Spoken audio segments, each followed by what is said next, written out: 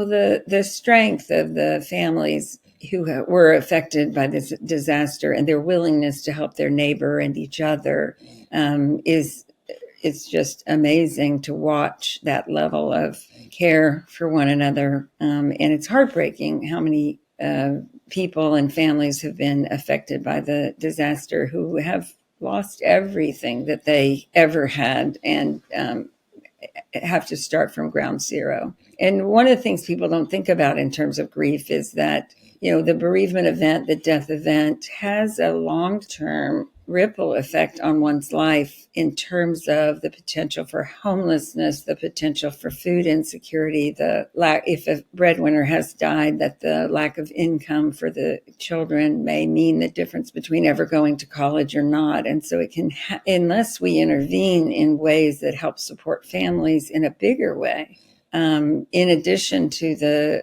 aspects of medical and mental health issues that come up from the experience of someone who you love dying, it's important for us to think about all of those aspects because it's not just, it's sad that some people are sad or grieving because of these deaths. It is a destabilizing moment in one's life, and it is grief can be a divider between communities where people will bring a casserole once and then they won't ever want to come back and check on the family 2 months later because they're too scared to talk about the death or the grief, not knowing what to say. And, all we can say is keep in touch and don't ask anything of the families who are recovering, and don't ask, can I get you groceries? Just go get groceries and drop them off. Are you home at 5:00? I have something for you. Because people who are in grief have generally no capacity to make decisions. It's very hard to prioritize when everything is wrong.